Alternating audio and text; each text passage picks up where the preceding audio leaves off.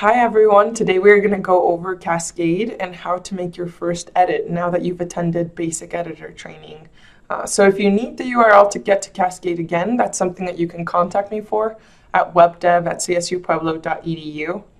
But once you get that URL, you're going to log in with your CSU Pueblo credentials, so the same ones that you use for your computer. And then once you're in, you're going to see a dashboard like this. Now, to make your first edit and to actually do the things that you need to do in Cascade, you don't really need to worry about the dashboard. There's a separate video on how you can utilize this, but it's not something you need to know in order to make the edits that you need. What you do need to do is, once you're in, you're going to click to go to a site, and then the CSU Pueblo main site. So that's where all of the different folders live, and that's where you'll be making edits. So then what you will see on the left-hand corner are what you have access to. So every single editor has a profile folder and an X-Training folder. The X-Training folder is just additional resources. There's a separate video on the resources you can find in there. The profile folder is every single profile that you can see in a Contact Us page. Now, from editor training, you recall that to edit a Contact Us page, what you do is you edit a profile. Therefore, if you need to edit Contact Us pages, you'll be working in this folder a lot. And there are separate videos, again, on how you can edit a profile so that it appears in your Contact Us pages correctly. Now, this user, I just assumed Cascade User 3, so this is a generic user, has access to the automotive industry management pages. So if I click on this folder, you're going to see that it drops down. That doesn't mean I'm actually in the folder. If I want to edit or be inside the folder to then add content to this folder, I'm going to click on the greater than symbol. So once I click on it and see it on the right-hand side, that means I'm inside the folder. So now if I click to add content, I'm going to be adding content to this folder specifically. Otherwise, you might just end up adding it to a random spot where you're not supposed to be. This is also helpful if you're trying to add a document or an image or a widget. I recommend to just go into the folder where you want to add content, see it on the right-hand side, and then click to add content. Now, there are 3 things that you can add to a folder. So if I click on add content, I could add a file, which is an image or a document, and that would live in that _doc or _image folder.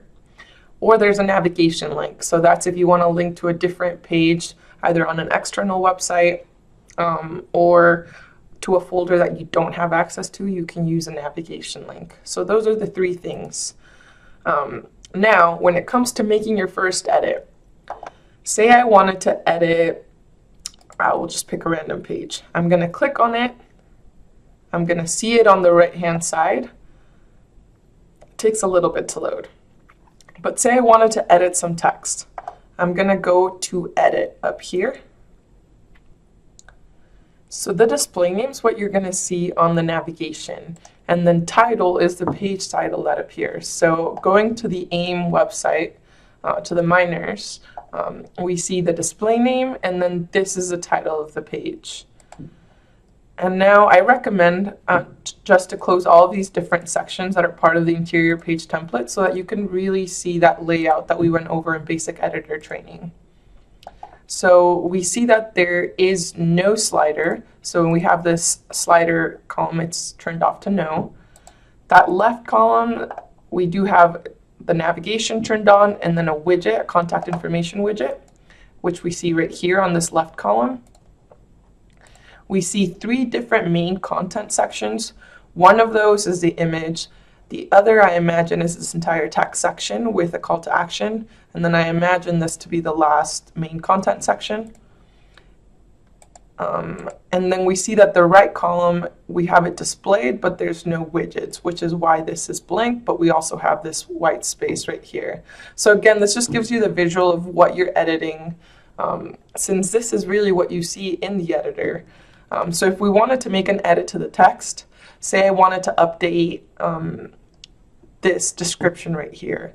I know it's a main content section in the middle here, so I'm going to find one of these. This is the image. This is not the one. going to go down to main content section and I see the paragraph. So here I can just work like a normal editor and type in whatever it is that I want to replace the text with. And then you have different parts of what you can do with a main content section.